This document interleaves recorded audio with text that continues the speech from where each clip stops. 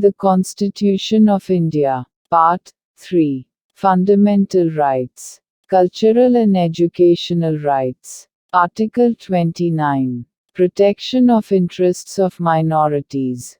1. Any section of the citizens residing in the territory of India, or any part thereof having a distinct language, script, or culture of its own, shall have the right to conserve the same.